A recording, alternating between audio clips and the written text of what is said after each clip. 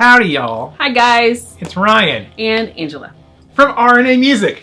Oh man. I kind of blend into your amp. Yeah, I'm really do. still. You're a little... I practically disappear. Camouflage there, like a ninja. Like Drax. Your favorite mom and pop guitar shop and music lesson studio. Deep in the heart of Texas.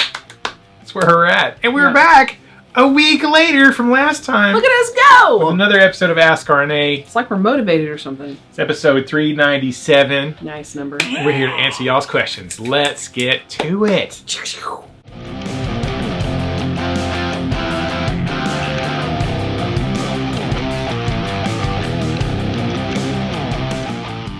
All right, y'all, welcome back. As we said, it's time for another episode of Ask R&A. That's right. Man, we're kind of on the ball this time. Hey, we actually had a little bit of downtime this week. Not really. You know. I don't have to, we're not teaching any students today. Yes. So this is a perfect time to film Ask R&A. Correct. So excited. We're almost to 400 episodes. I know, we will be before the year's out. If we don't fall off the wagon again. All right. We have a little music lesson studio, and we sell guitar strings and picks and things and stuff. Small town. If you're a long-time viewer, thank you guys for coming back, bearing with us with some questions today. If you're new here, this is what we do. We teach lessons. That's what we do. And we answer questions on YouTube. Yep. And we grow beards. Well, we don't grow beards. I grow a beard. Hims do. She watches. I don't. She watches me. All right. If you would like some R&A Music swaggity swag, which neither one of us are wearing today, sorry. Link down in the description. Go get you an R&A t-shirt or some socks or some leggings for the holidays. I mean, all the above. I'm determined to get some leggings before this year is out. I've been saying that for 6 years. I know. Ever since we had them, you're probably the first person to have our new leggings. I know. That's what's so exciting. You should do that today, actually. Okay. Get you some swag if you want. If not, it's cool. Thumbs up. Ask a question. Right. Let the video play. All right, let's just get to the questions. Let's do this. All right. First question. Sinner's Dwarf. What happened to the CMG news? Hashtag I have nothing. Hashtag I still have most of it left. Oh, yeah. So Sinner's Dwarf has been binging the last however many episodes of Ask R&A. He was out of pocket for a little bit, but he's definitely been playing catch up. You're feeling better. Yeah, man. And I don't remember how many episodes ago we talked about there was some new CMG. I think 3. Yeah, a news coming. And that's been more than 2 or 3 weeks. But 2 or 3 episodes ago. It's not released yet. Right. So, well, there's kind of 2 different things that Chris Mitchell Guitars and Devil Cat Amps is doing. Yeah. He hasn't really said it publicly yet. So I don't know. One of them's a manufacturing thing. Right. That's not on the guitar side. It's more on the amp side.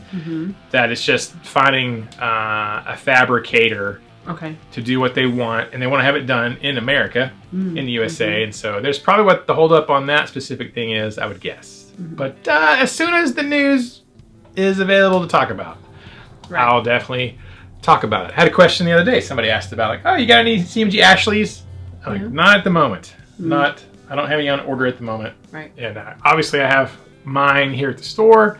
People want to come in and like test drive the guitar. A lot of people want to play it, test it before they order something if possible. So we do have a couple of CMGs here for play testing, but not for sale because they're mine. Yeah. I don't want to sell them. My guitars.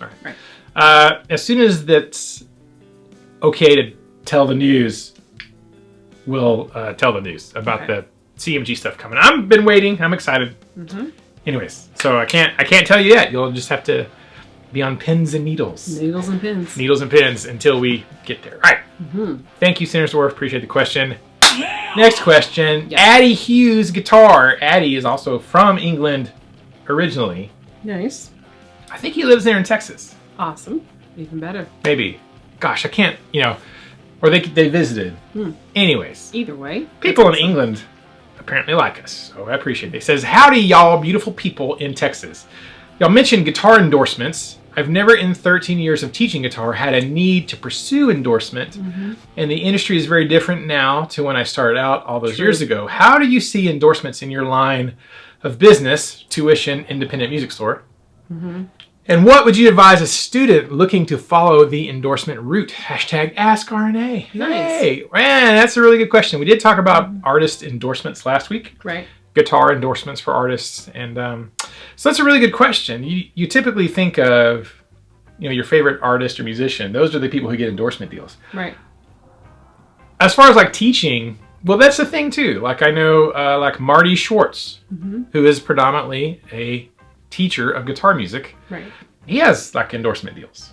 Now, granted, he has a massive audience of millions and millions of views on his YouTube channel where him teaching you how to play songs and things. Right. So that makes a lot of sense. Catching. That was loud. It was quite loud. I have a friend, Lauren Bateman, who is also, she's kind of like the female Marty Schwartz, I guess. She's teaching guitar online the way that kind of Marty does and Justin does. And Lauren has a thing with Kaiser Capos. So she is like, even though she's not out performing her own music, although she does write and have her own music, she is known as a teacher. And she has an endorsement deal with Kaiser Capos because it makes sense. Anybody with eyeballs on what you're doing, you don't have to be releasing music. You just have to have an audience. Right. That's all that really matters is, do you have an audience watching you now, whether you're performing music or you're teaching?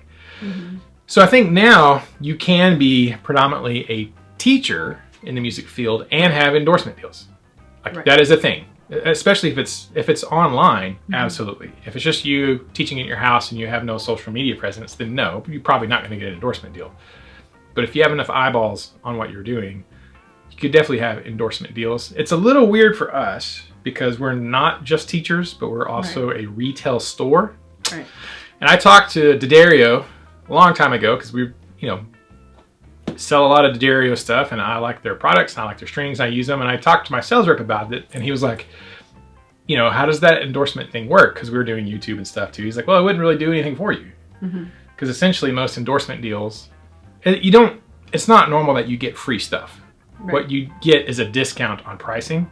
And for me as a dealer, the artist pricing was not going to be better than my dealer pricing. So the benefit is really kind of null and void for me in that situation. For sure. Other than it's just an ego thing.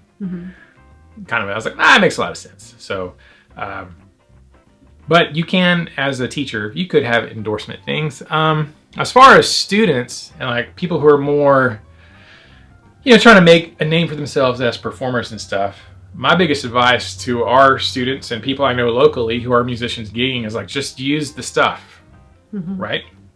Like if you are already playing the heck out of Fenders, Strats, and Tellys, and you love Fender and Fender amps, all you got to do is just keep doing what you do. Do your gigs and keep taking pictures and posting about the gear you already use. Right. They'll take note.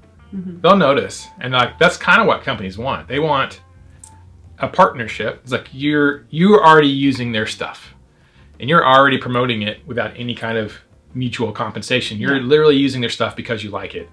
And if you do that and you continue to grow an audience, that's how the best way to get an endorsement deal is by not really trying to get one. It's just talking about how much you love the brand.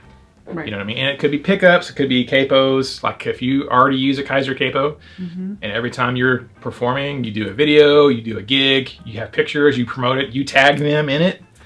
I've been using Kaiser capos for 27 years. It's my favorite capo. And you're already doing the thing. They're more likely to go, we noticed your stuff. Hey, maybe we can talk. Right. That's a much easier thing than the other way that a lot of people go about it is they just send out mass emails to companies. Hey, what can I get an endorsement deal with you guys? Well, do you use our stuff? No, but I'll use it if you give it to me. Right. There's a whole lot of that going on, and that does not work. No. I was gonna say like you have to also in hand, like what you just said, is like you have to also in hand work hard at your craft and have a following where there has to be some kind of audience that will benefit the manufacturer or the person that's going to be endorsed. So, the product, you want to have some kind of audience. You can't, for our students, I would say, I mean, I personally don't have any students that are looking at endorsements that are at that level, but But if I did like have a vocalist who wanted to use Shure microphones or be endorsed by something like that, then I would say, okay, well, you need to be out there using, you know, Shure mics, and you need to be out there with your Instagram, with your TikTok, and it needs to be a product placement, just like you see in movies every single day with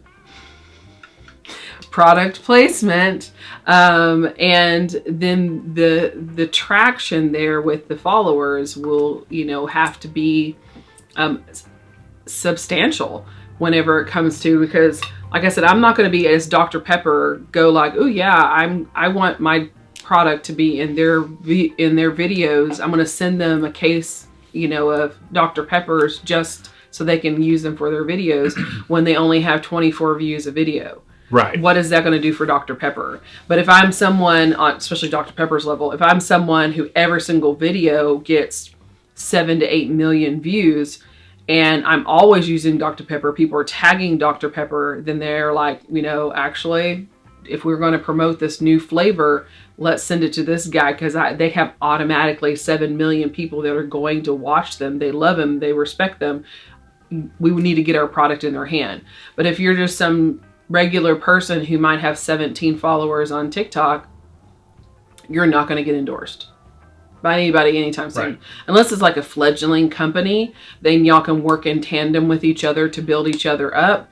Then that works. But something as big as like Gibson, Fender, Kaiser, D'Addario, something like that, there has to be Marshall, whatever, Mesa Boogie, whatever.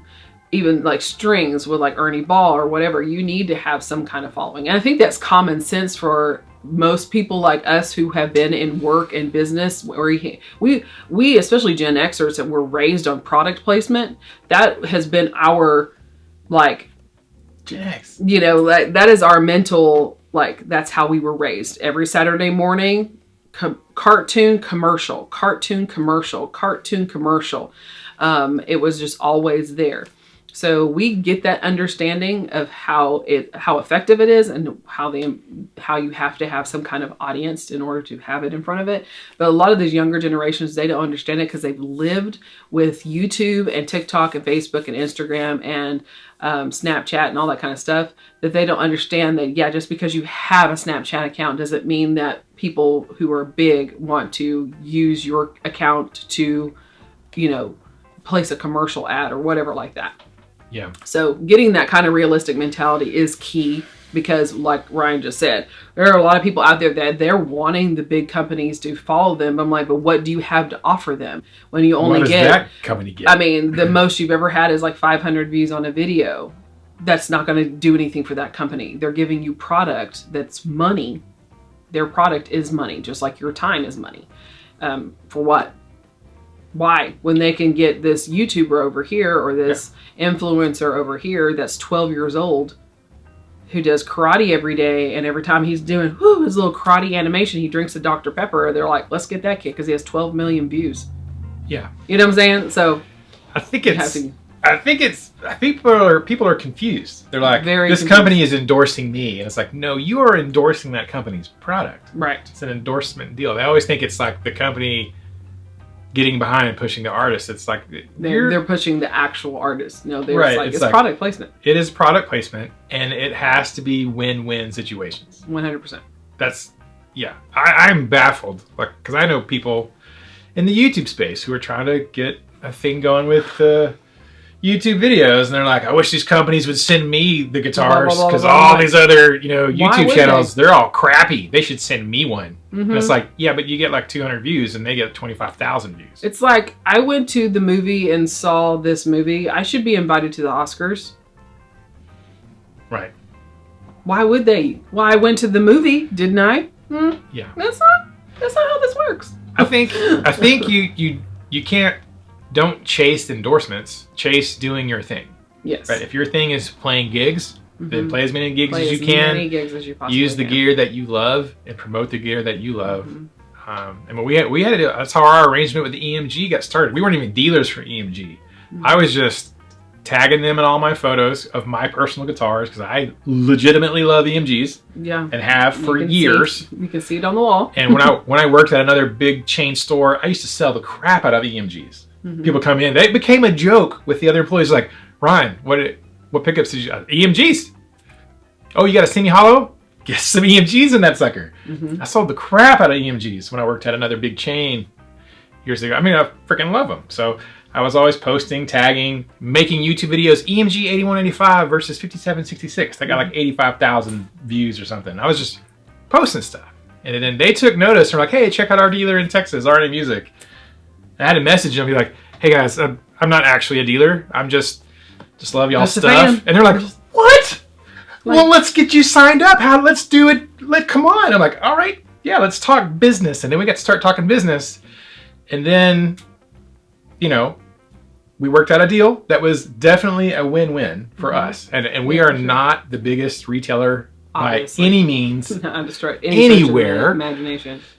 Yeah, by any stretch. So we don't sell $1 million of EMG pickups, you know, a year. But we authentically love their product and we're promoting it.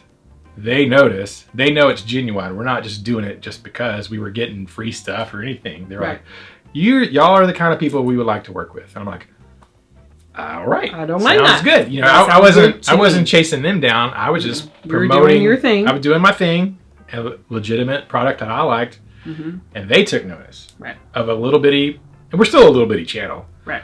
But, you know, I think you have to just do your thing, whatever it is, and be authentic. Use the gear you want to use. Don't be afraid to buy it, because that shows the company is that you're already invested in this relationship. You've invested in this relationship. We are willing to invest in this relationship too.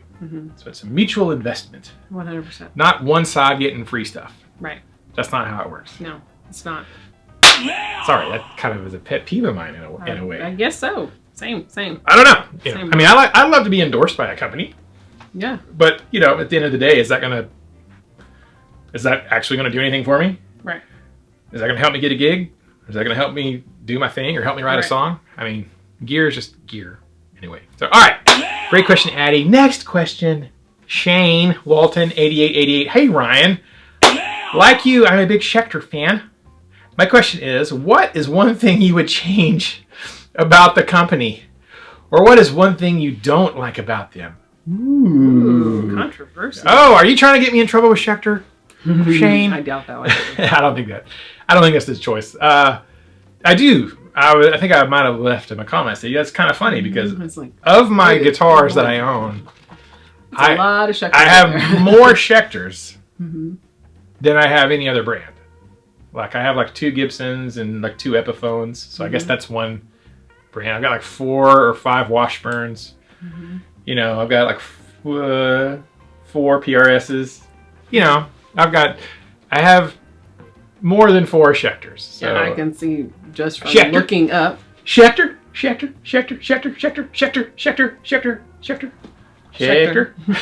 There's a lot of shecking going on around here. Lots of sheckins. I do like Schecter guitars quite a bit. I'm trying to think about something I would change about them. It's kind of weird. They sort of get pigeonholed as like the metal guitar brand, right? Because they got like, you know, Avenge Sevenfold and like, you know, they got.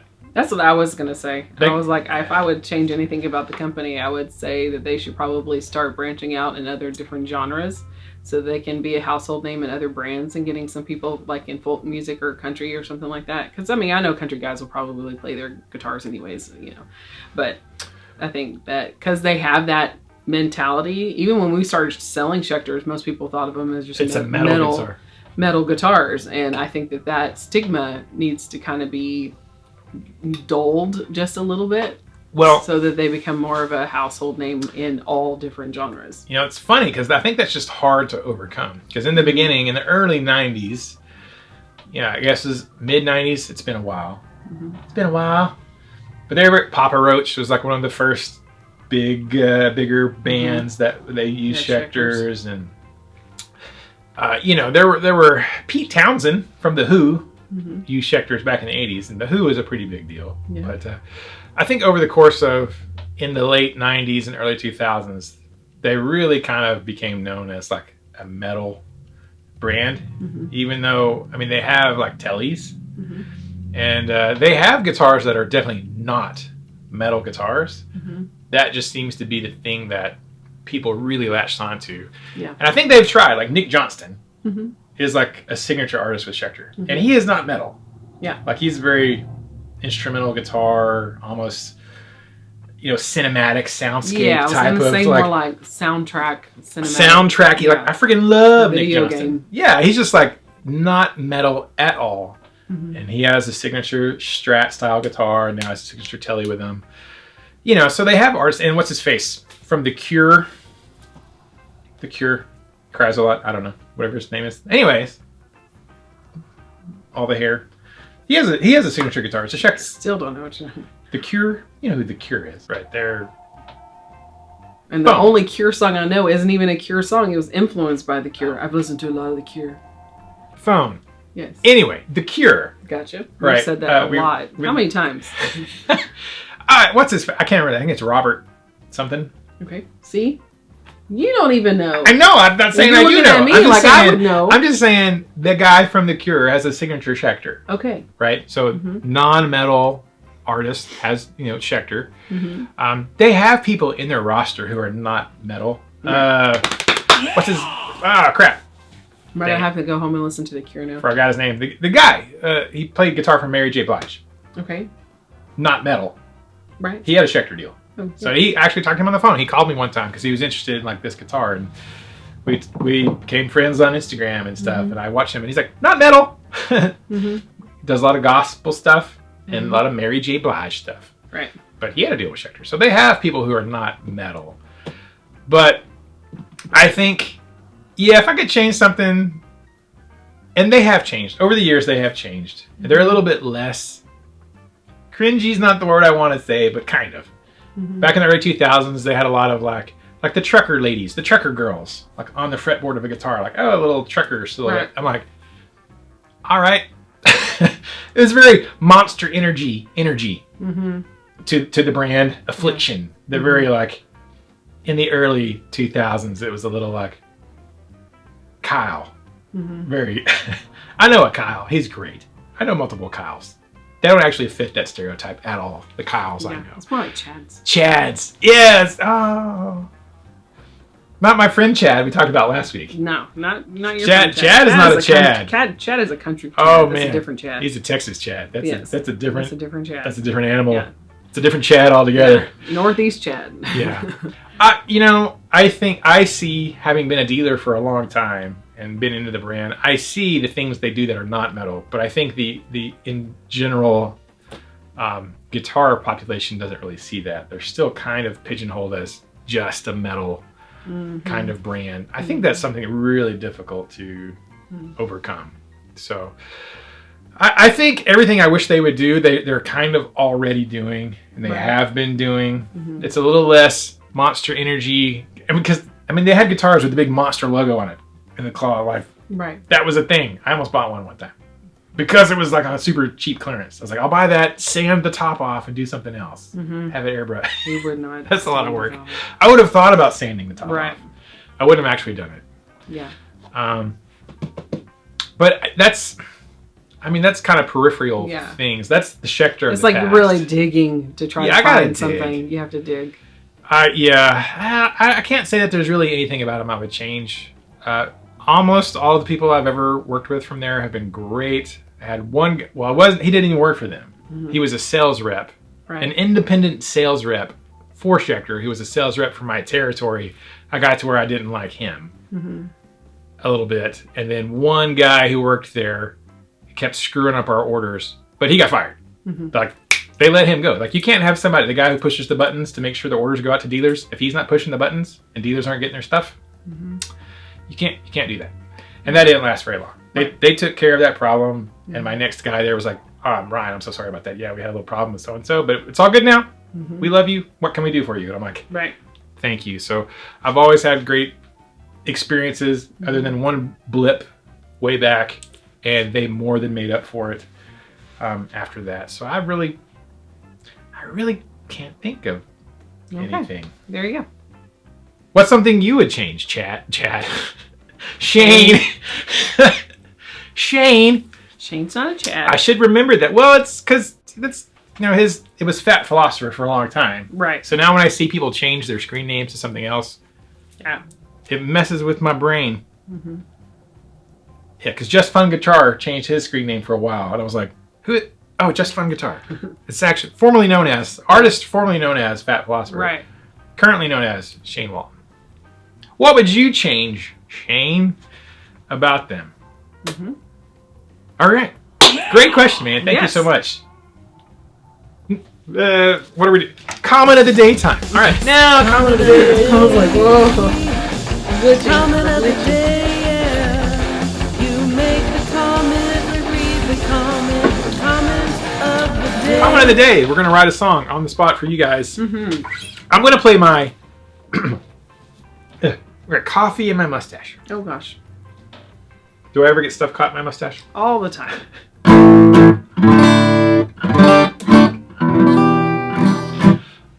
My Takamine guitar, not sponsored, not affiliated, not endorsed. I know. It is a little dusty because I play my Schecters all the time. That's right. If Schecter would like to endorse me, that would be okay. We could do that. We could do that. We can make it happen. Okay, we're gonna write a song for you guys. Y'all write the lyrics. We write the music. And what should I play? Any guesses? No. Man, okay. B minor. Let's do some bar chord. Oh gosh.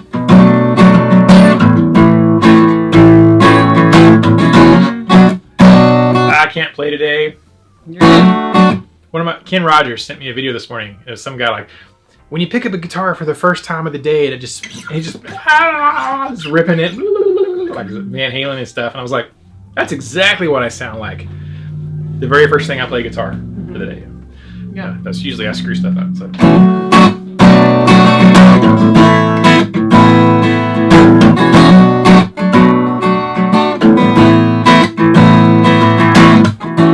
Sinner's Dwarf 7138. Yeah. Cheers, guys. Things definitely on the up, as they say. Mountains are there to be climbed.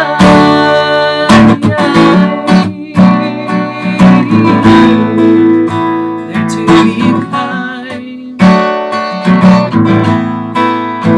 Exclamation point.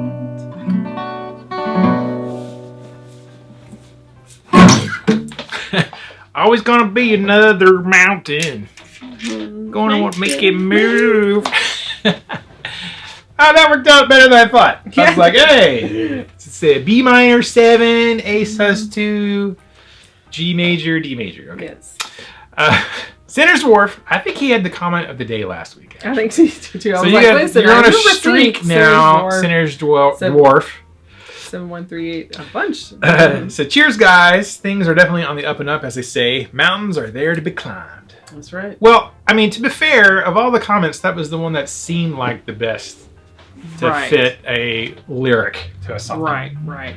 So, he just happened to have the best comment that lent itself as if it was a lyric. Right. So, thank you, Sinner's Dwarf. Glad to hear things are on the up and up. Mountains are meant to be climbed. I don't know, are they? I mean, that's what they say. All those people who died on the... But they went doing something that they loved. They died doing a challenge. That's right. Next, final question.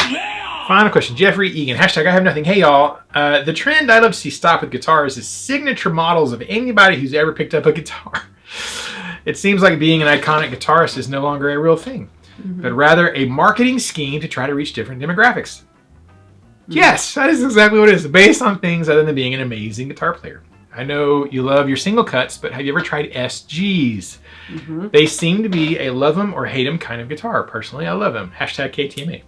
Oh yeah, great commentary on that. It is a marketing thing. I mean, I wouldn't say anybody who's ever picked up a guitar, because I know a lot of people who pick up a guitar who wish they had endorsements, but they don't have a following, and so therefore they don't have endorsements. But it is. I mean, that's all it's ever been, though. Right. It's never not been that. Yes. It's always been about selling product. Even if you go back years ago, where seemingly the only people who had endorsement deals were amazing guitar players, because back then those were the only people who had an audience. Right. But it's never not been about selling new product. I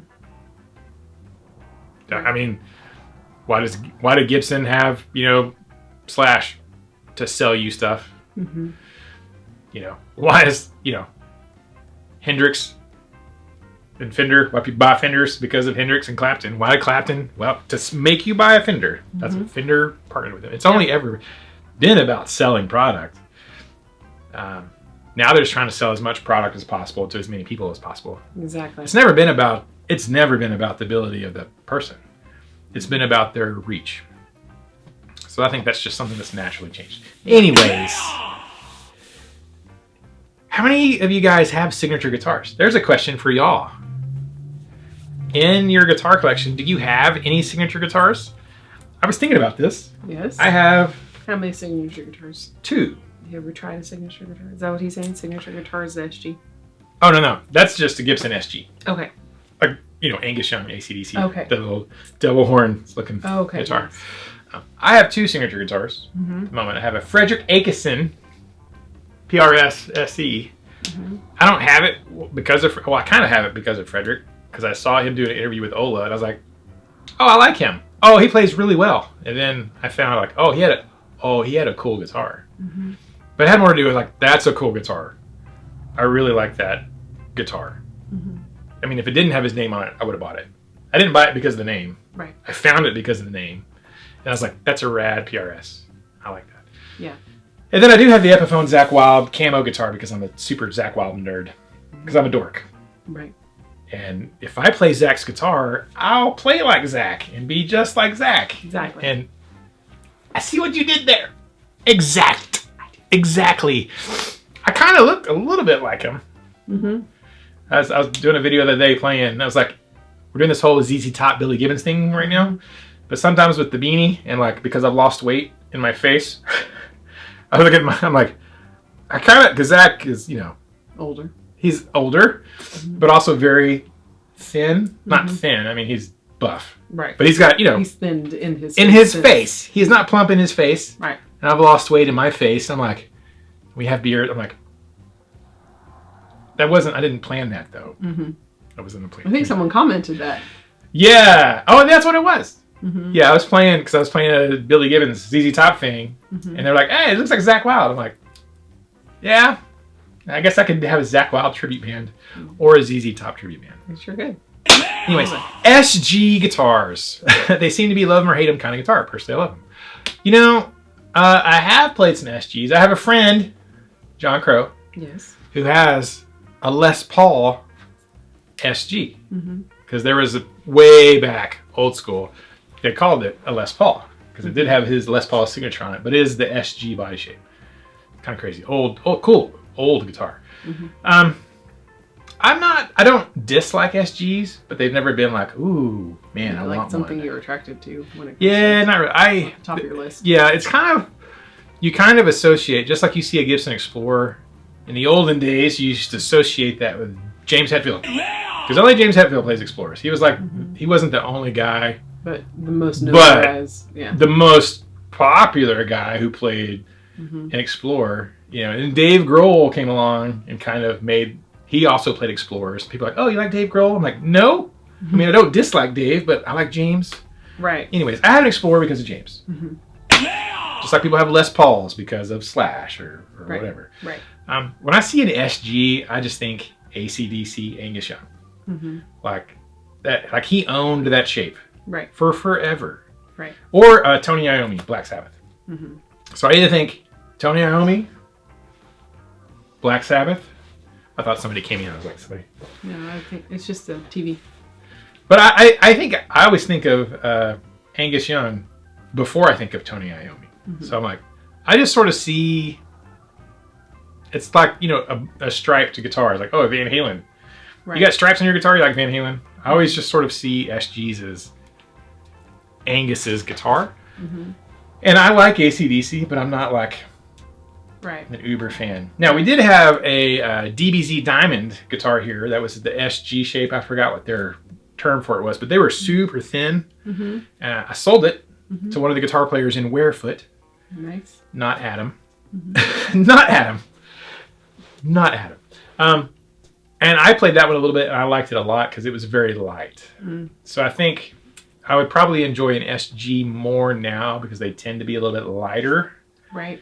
And being younger than Zakk Wylde, but older than some other people, like, you know, shoulder, neck stuff.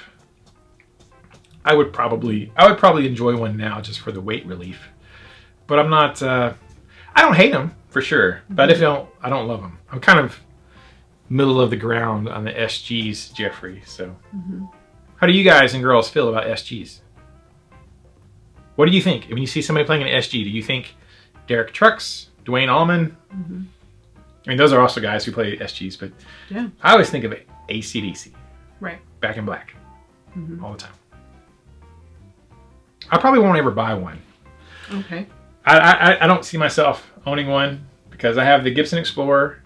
I have the wine red Gibson Explorer. I have the wine red Les Paul Standard. Yes, you do.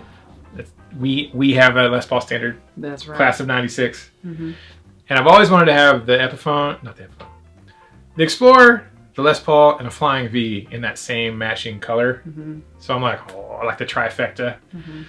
So I would definitely get like a Flying V before I would get an SG. And then maybe after that, I'd be like, well, you know, I got these three. I should probably complete the collection with an SG. Maybe though, but I think 3 is a holy number. It is. It's the number of completion, right? No, 7 is. 7? I guess I need 7 Flying Vs, and my Flying V collection will be complete. All right, you guys tell us what do you think about SGs down below. Love them, hate them, ambivalent. Does it even really matter? What do you think? And that was the final question. That's it. I'm so proud of us. I know, we did it. 2 weeks in a row. Yeah, we just need 3 more, and we'll hit episode 400. Oh, I know. That's a big deal. It is a big deal, babe. It's crazy. Where's the time gone? To Jesus. To Jesus. Yeah. All right. Thank you guys for watching. If you have a question for next week, please put it down below in the comment section of this video. And if you watch this entire video from beginning to end, it's time for a special word of the day, secret hashtag of the day. It's time for the coolest part of the whole stinking video, in my opinion. Secret hashtag of the day. Secret hashtag of the day. Type it down below with your comment and or question, and you will join an elite group of elite people who are waiting for the secret hashtag of the day. You have an idea? Yes, I do. Okay, good. I did, and I remembered, so I'm so proud of myself. Oh, great. So secret hashtag of the day is hashtag... It's the climb. It's the climb. That's the best. It's the climb. It's the climb, y'all. Hashtag, it's the climb. That is the greatest thing ever. Hannah Montana. Right?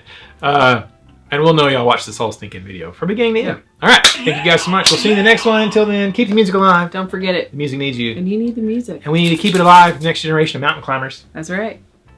And hopefully won't die at the top of the mountain. That's true. Or at the bottom. Before you even get started. Or when you get back. Yes. I climbed the mountain, I came down, then it died. And the bear ate me. Oh, man. The bear got you at the bottom of the mountain. Hashtag bear got me. Oh, my gosh. Scary bears. Hashtag scary bears. We bear bears. Yeah. I spare. It's not abuse. That's right.